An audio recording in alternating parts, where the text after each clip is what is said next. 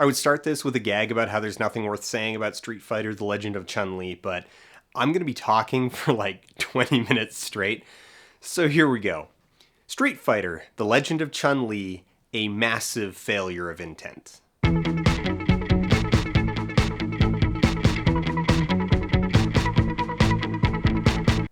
Street Fighter: The Legend of Chun-Li is a very odd film. It feels like an honest attempt at taking the video game adaptation and elevating it to the same level of respect as literary adaptations, and does so by mimicking the Transformers. You said cars pick their drivers. Well, sometimes they pick a driver with a cheap-ass phone off the car.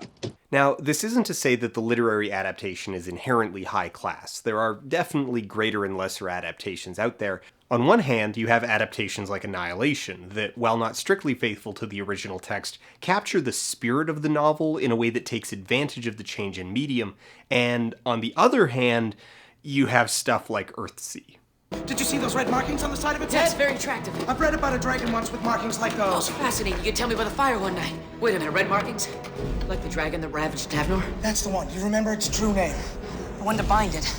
The one to subdue it to your will so you can ask it any three questions you desire? Yes! But that specific spread in quality and the sheer volume of adaptations that have been made means that a movie based on a book tends to get a pretty fair shake critically.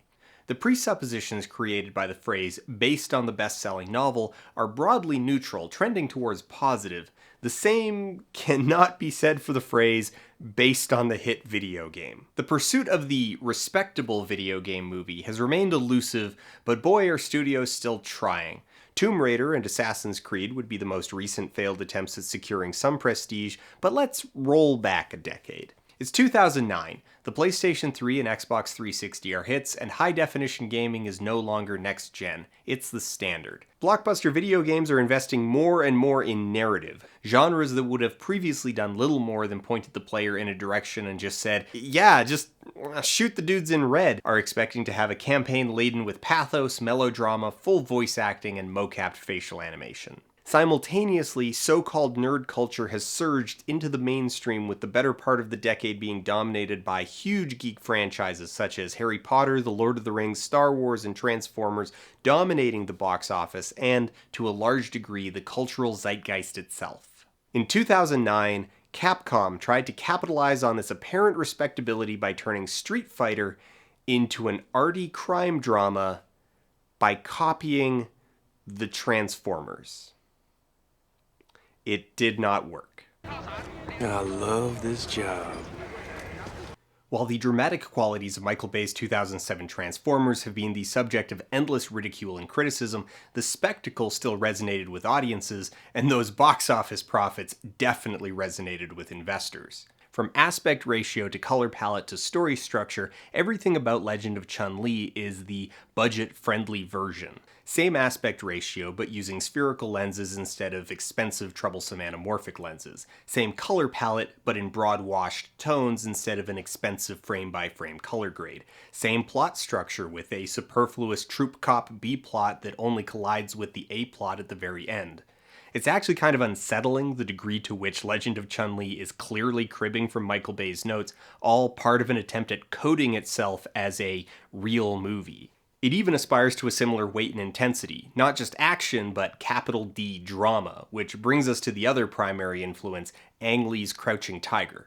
On some level, this project started as Crouching Tiger. They wanted Legend of Chun-Li to be a martial arts action movie that was, at its core, a character-driven drama, much like Crouching Tiger, Hidden Dragon. That's not a bad goal, all told, and a character like Chun-Li isn't a bad choice if that's the story you want to tell. Within the Street Fighter universe, Chun-Li is easily one of the more accessible characters.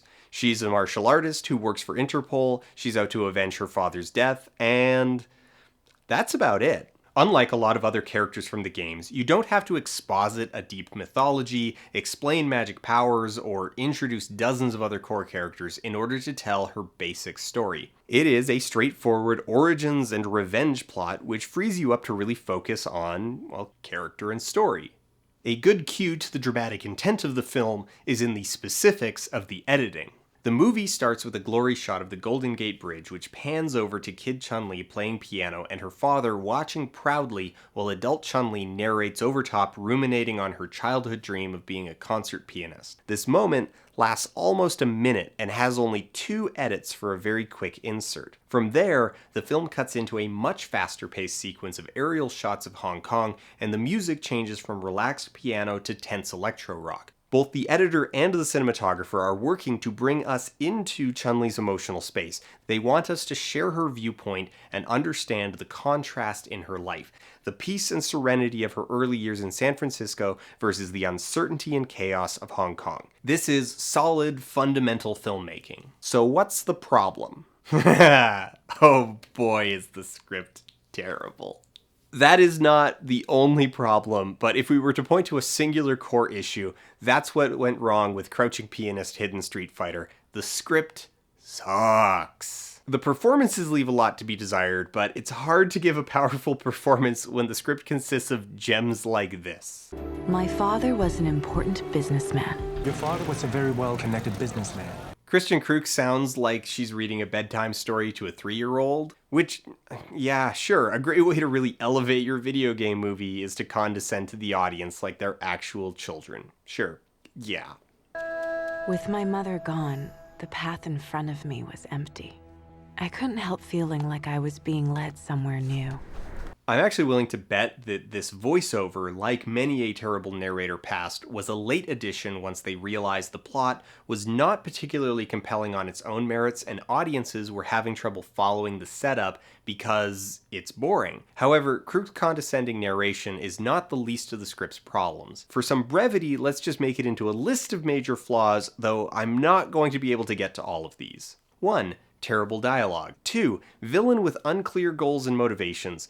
3. Poorly explained stakes. 4. Multiple extraneous characters with dead-end plot lines. 5. Main character learns nothing worthwhile and does not change. 6. Changes are made to the source material that actively make the story worse. And 7.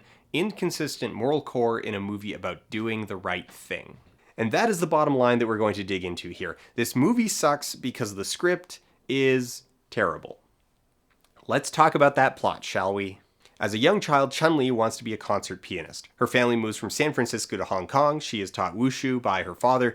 However, at a young age, her father is kidnapped by Bison, played here by Neil McDonough doing his best to try and set himself apart from Raul Julia's sublime performance of the character by acting the character with a lilting Irish brogue. Next time you move, tell me. I'll bring you a housewarming gift. Chun-Li grows up and does become a concert pianist. Then after a performance one night, she receives an ancient scroll as a gift from an unknown person. On her way home, she sees a man with a spiderweb tattoo on his hand get mugged in the subway, and she calls for help, but no one comes, and then the scene just ends? This is the kind of moment that isn't going to stand out on the first viewing because you mentally assume that they're going to fill in down the line, but they don't. I am, despite multiple viewings, hard-pressed to explain the point or purpose of this mugging scene. Moving on, Chun-Li's mom dies of cancer, Bison has his business partners killed for no discernible reason, Bison menaces Chun-Li's father who he has stashed away in a basement somewhere doing something. After her mother's funeral, Chun-Li gets her scroll read and the woman tells her she needs to find a man named Gen, who's the guy with the spiderweb tattoo, and then, I guess, Chun-Li becomes homeless in Thailand because that's her plan to find Gen? This isn't well explained at all, a lot changes very quickly, and none of her friends or family seem concerned that she's quitting her job and moving to Bangkok on a whim shortly following the death of her mother without making any prior arrangements for housing financing or contact. We'll come back to this plot point later. Bison acts menacing while talking about real estate. Chun-Li fights off 6 guys while starving and sleep deprived, then collapses after murdering a man by dropping a shelving unit full of power tools onto him. She is picked up by Gen, who takes her back to his place and trains her to make fireballs in an extended training montage, and he tells Chun-Li that Bison is the person who kidnapped her father, and so Chun-Li starts spying on Bison's team. Actually, as a part of this, he explains that he used to be part of Shadaloo, Bison's organization, but he grew a conscience, so he started the Order of the Web to try and repair the damage that he has done as a criminal, but he's only, 50? which would mean that these ancient scrolls are younger than a New Kids on the Block poster. So the next 20 minutes or so are largely concerned with Bison's real estate conspiracy. He is, I guess, extorting the city of Bangkok into selling him the riverside slums so that he can kick out all the residents, bulldoze the neighborhood, and build a series of luxury condos. But I'm not sure why he needs to do all this extorting, because this sounds like exactly the kind of garbage move cities are already more than willing to do. Also, there's a MacGuffin called the White Rose that Bison is trying to smuggle into the city. This subplot leads to Chun-Li following Bison's henchwoman Cantana into a nightclub, where we're going to put the movie on pause and talk for a second about gays. I have talked in the past about the Kuleshov effect, the principle of montage and the psychological mechanisms through which editing creates meaning. Now, gaze describes the act of looking. In a film context, we are principally concerned with the gaze of the camera, meaning what the camera chooses to look at and how it chooses to look at it. No better are the ideas of gaze and montage demonstrated than when a film chooses to use its gaze to express the gaze of a character within the film, which is itself a situation manufactured to justify gazing. So Chun-Li's plan to get information out of Cantana is to seduce her, a plan to which Cantana is potentially receptive because she's attracted to women, a detail that is communicated to us, the audience, via the camera following her gaze and gazing on the women in the dance club. This isn't necessarily condemnation, but I think it's useful and instructive to actually break down the why and how of this information exchange. How it is that we as an audience come to understand that Cantana is attracted to women purely via the use of juxtaposed images. Being aware of these kinds of mechanisms makes us more alert as film viewers, more conscious of the ways in which a film is steering our attention and our emotions, and in turn, making us better equipped to vocalize the messages that media is presenting us with. In this case, the way that the film has chosen to justify staring at women's asses by using a female character as the agent of that staring. Anyway, this subplot ends with Chun-Li fighting Cantana in the bathroom, and as she's escaping from the nightclub, she shoots a man in the chest at point-blank range. So, yeah, he's dead. In a scene that's up there in the realms of where did they think they were going with this, Bison is using Cantana's dead body as a punching bag because she'd already said too much. Alright, strap in for a second, because this is where things really jump off the rails. Like, the punching bag scene is definitely something, but then Gen fills in Bison's whole backstory. So, in his youth, as the orphan of some Irish missionaries who died in Thailand, he used to just steal fish, but crossfade time jump to much later in life when he's, I guess, no longer homeless. He takes his very pregnant new wife to a cave and kills her by ripping their baby out through her belly in order to put all his goodness into the baby so that he wouldn't have a conscience and would only be pure evil. We'll come back to this one too. Evil guys attack the secret hideout in the stupidest way possible. They send in ninjas to fight hand-to-hand when they have a rocket launcher in the car. Both parts of that are stupid, but it does give us the best line in the film. I'll do it myself. In the explosion, Gen dies, then Bison hires Vega to kill Chun-Li, and Vega promptly gets his ass kicked. Now, this next scene, Chun-Li physically assaults a civilian for not giving up private shipping manifest and gets some more information about the White Rose, but for me, the scene is more instructive because of the sound. I haven't pointed this out up until now, but the dialogue in the film has overwhelmingly been redubbed, which is actually part of why the performances feel so flat and disjointed. The emotion of the face and lips just doesn't quite match the sound that you're hearing. Also, there's a different character to the dialogue that's recorded in a sound booth versus the dialogue that's recorded on set. It's subtle, but pervasive. Now, if you listen to this guy's lines, "Listen, lady, I think it's time for you to go. Hear how they're kind of mumbly and overlapping with a lot of room noise and echoes? I think it's time for you to go." I wouldn't be surprised to find out that most of the on-set sound was like this, which is why there's so much dubbing, like in this scene. What does this have to do with my father? Many people wanted those connections. People like Bison, the leader of Shadaloo. Moving on with the plot, Chun-Li gets trapped and captured, Bison kills her dad in front of her, she escapes but takes a grazing shot in a market and manages to slip away once a riot starts. Gen shows up because he's not dead, just a dick, uses magic powers to heal her bullet wound in seconds, and she finally figures out how to make a fireball. Returning to the dock, she threatens this guy again, there's a big fight at the docks, Gen fights Balrog, they figure out that the White Rose is Bison's daughter, Chun-Li knocks Bison off a roof with a fireball, kills him in front of his daughter, buries her dad, plants some sequel bait, credits roll. Did you even notice the two supporting characters that I cut from the plot? These two? The Interpol agent and the Thai detective? No? Guess we didn't need them. His name's Bison. I've tracked him through 11 major cities on 4 continents and never come close, not once. They actually take up a substantial chunk of the screen time. They're a couple of cops in pursuit of Bison and his Shadaloo organization, but mostly they just sit slightly off to the side of the action or show up after everything is over. They're pretty much just here for padding and innuendo. We should be more aggressive. Looks like you got that down. Well, unlike you, I don't lose my man. Alright, let's start with the whole abandoning your past life storyline. The first major flaw in this is that no one tries to stop Chun-Li. Her mother just died, she's clearly in a deeply vulnerable place in her life, and not one of these people, friends or extended family, tries to intervene when she quits her job and packs up her house. This isn't indicative of a plot hole, it's indicative of a fundamental lack of drama or conflict.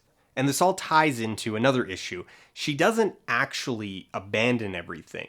She doesn't get up and walk away from it all, taking only some bare essentials and living with the poorest of society. Oh, sure, she sleeps in an alley and skips out on showering, but at the end of the movie she's moving right back into her multi-million-dollar Hong Kong mansion. Living on the streets for a couple of weeks was probably instructive, but she was basically a poverty tourist. If she ever got tired of living in a slum, there was always a mansion waiting back in Hong Kong. She sacrificed nothing. This ties directly into the character arc. Chun-Li doesn't really learn anything or change. At the start of the film, she's a confident, spunky, kind-hearted person. As the film progresses, she dabbles in poverty tourism, kills 3 men in cold blood without remorse, and returns to her life of wealth as a spunky, kind-hearted, slightly more confident person. Now, that's not an irredeemable problem. Lots of good movies have main characters who don't learn or change all that much, but it is a problem when your movie opens with the main character pondering how they turned into the person they are. Sometimes I wonder how I got to be the way I am. The writers have explicitly set up a transformation story. I used to be a little girl who wanted to be a piano player, now I'm a cold-hearted killer who murders people for the greater good. I used to be a selfish upper-class snob, but I learned the value of hard work, community, and sacrifice. These are the kind of stories that we are very literally being told to expect. Any transformation contrast is deeply compromised by the early scenes of the film when her father is kidnapped. Now, the problem is not the existence of these scenes, but their proportional length within the film. We're shown that she's been exposed to this criminal world since she was a little girl, and we only spend the briefest time with her as a civilian. This is a really good example of how movies need to function emotionally and not just literally. We can look at the opening of the film and extrapolate that logically everything between her father being kidnapped and her success as an adult was more or less normal, but we don't feel the respective weight of these things. Because it's such a tiny part of the opening, her time as a concert pianist feels more like a brief interlude in a life of violence, a hobby that she took up to pass the time waiting for revenge, rather than the normal world that she's pulled out of. And what little we see of her in that stage of her life is basically the same person we see at the end of the film. The only thing that changes is the number of living parents and felony murders. Next up is the whole thing where Bison transfers his goodness into a little baby. I have a couple problems with this scene. First and least important is that the intensity and violence of the scene is considerably out of place given the tone and treatment of violence throughout the rest of the film.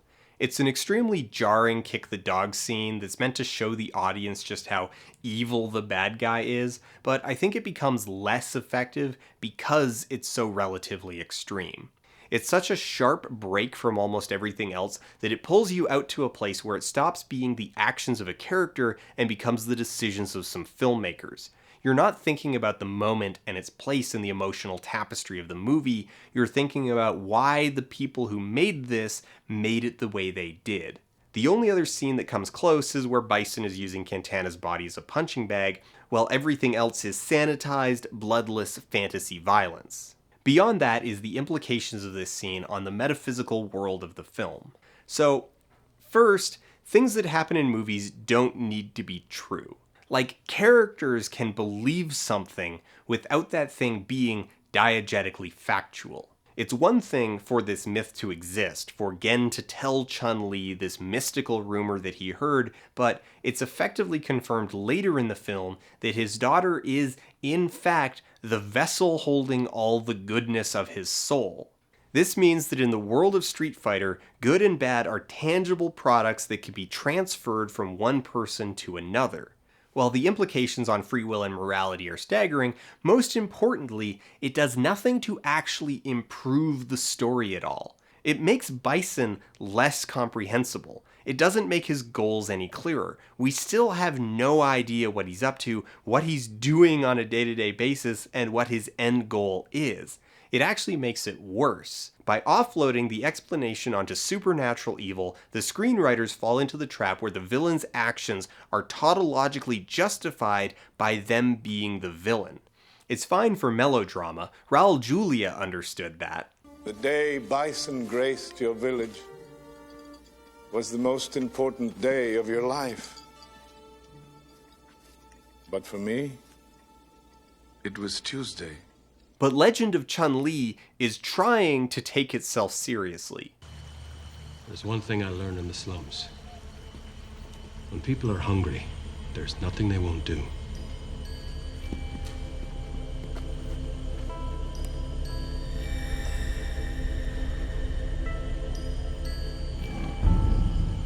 Everyone has a price. There's a plot in here about buying up waterfront property for redevelopment, but they're extorting the city board into making the sale, which makes no sense. Was the board zoning the area as a slum for purely altruistic reasons? It's like the writers couldn't decide if Bison should be using black magic, private military, shady business practices, or a Chinatown-style shakedown, so they tried to just squeeze them all in.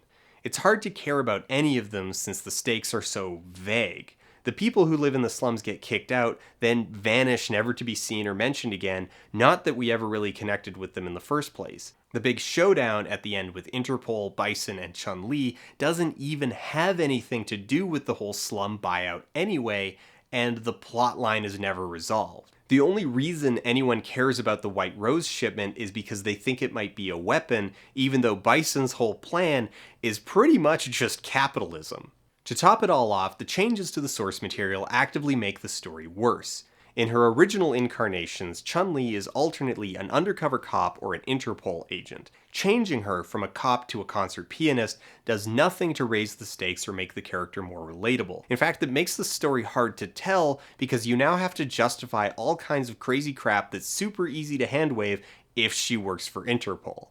Why is she in Thailand? Why does she know martial arts? Why does she have combat training and not freak out the first time someone pulls a gun on her? Why does she care about the legal front of a criminal organization? All of this action nonsense is just explained in one line if she works for Interpol. The character conflict comes baked in.